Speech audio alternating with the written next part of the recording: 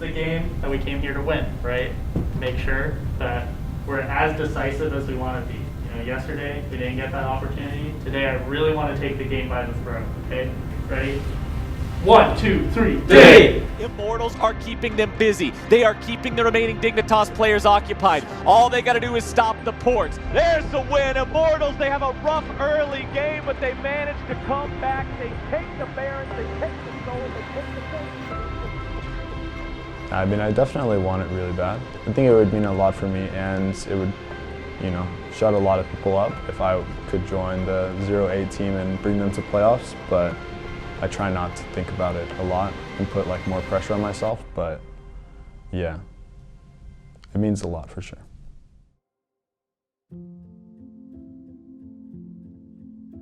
I feel kind of the same going into like every match since I joined. It's kind of like a feeling where you know you can win, but you also know you can lose. So I know we're definitely not a perfect team, so it's going to come with some mistakes, but I always go into it really optimistic because I know that we can beat any team.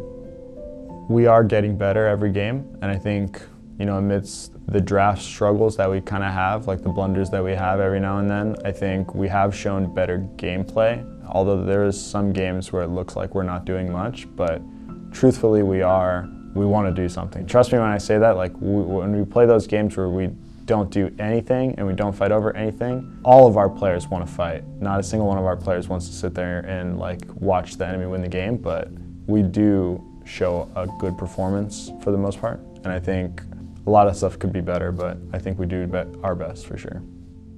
One of the most important things for teams is their synergy and how they get along.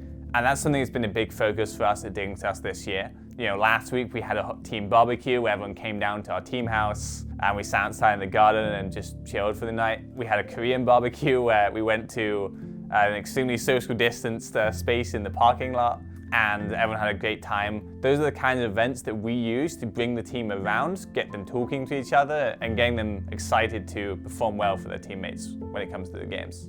Yeah, I definitely think having these team bonding like events, I guess, like we just go out as a team and have food sometimes. I think just being together with your teammates outside a game is really important, and I think whether it's just like us hanging around on the couches watching games after scrims or just talking to each other at our desk at the office, or you know, sometimes we walk home together, that kind of stuff, it's always really beneficial for the team atmosphere for sure.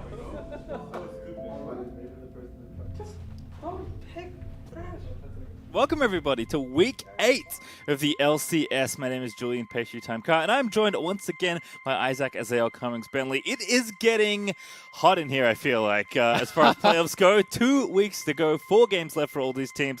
Quite possibly a numerous amount of tiebreakers as well, and a whole different playoff format for the summer means that there is a lot on the line as we move very close to the postseason. I think the draft went pretty much as expected. The only thing that was different is that Azir's in the game, so obviously Phoenix has a really strong Azir. They had a clear game plan into it, so let's just see if their game plan pays off against Azir. Champions that are fairly auto-attack based. Mid lane already, Phoenix going to be forced to flash, the chain's going to land, the stun's going to go in, and that's first blood! We asked for it and we received. Jensen's going to nab it. Yeah, maybe. Looking like one, chain lands, electrocutes. Oh, Jensen, he's so good at League of Legends. Take it all back. Phoenix lives. This is going to be the make or break fight. They are down massively. There will be a contest for this Dragon. Afro going to pop the ulti, finds the charm onto 2. They'll dive in the backside there, but CoreJJ going to disengage with the ulti, and Dignitas must turn tail and run impact. Ulti's in, finds the taunt. Tactical is going to take down Phoenix, and this is going to be an absolute slaughter as they'll impact, chasing down Johnson. CoreJJ slays Dardoch, Renekton dies, Afro dies as impact lands a max range taunt, and make it 4 kills for TL as they charge towards Dig's Nexus. Scumbag Tactical takes away the Penta, but TL crushed this one start to finish.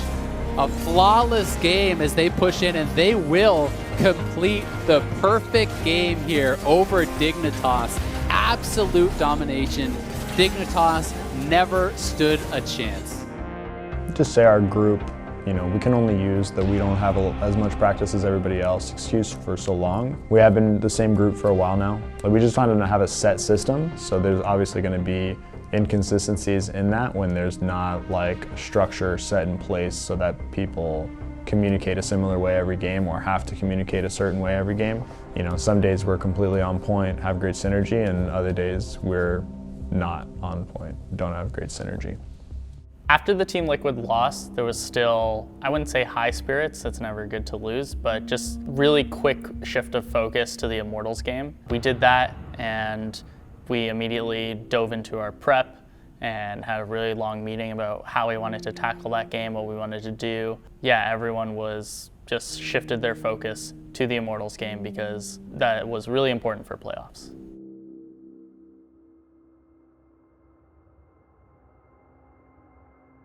A huge focus for the whole team this week has been, whatever happens, we need to secure that Immortals victory.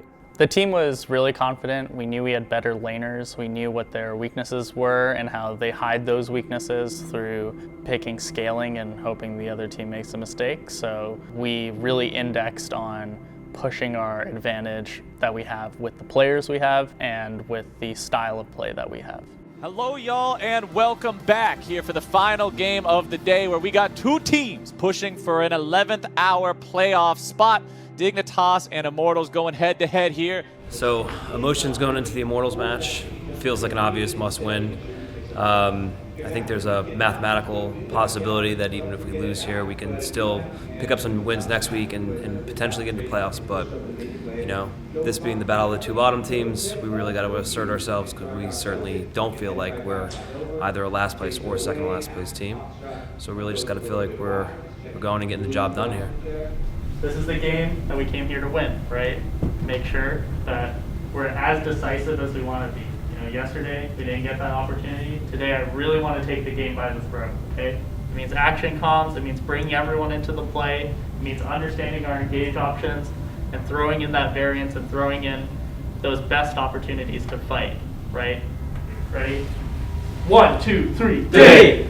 Well, Xmithy does win these 1v1s straight up. Trundle's a much better duelist than Lee Sin is, except for the fact that the chickens were beating him up the entire time. So Xmithy gets ignited and auto-attacked a single time. The drive-by from Phoenix to pick up first blood. Dardoch also now caught out by the power of the Enchanted Crystal Arrow. If they kill the Dignitas jungler, that should surely be control over the Drake here now. As Viper's coming in from behind, he goes for the ulti onto Apollo, and a beautiful wombo combo sends Immortals home in some caskets. Smithy is their target here. The damage goes through, but a nice stopwatch will keep the Immortals jungler alive as the backup arrives. And Insanity goes on a rampage. It's 2 shutdowns here for Immortals. They kill off Dardoch, they kill off Johnson.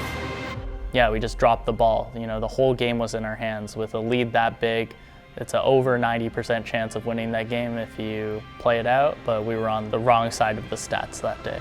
But the important part is, Immortals are keeping them busy. They are keeping the remaining Dignitas players occupied. All they gotta do is stop the ports. There's the win. Immortals, they have a rough early game, but they manage to come back. They take the Barons, they take the Soul, and they take the game against Dignitas.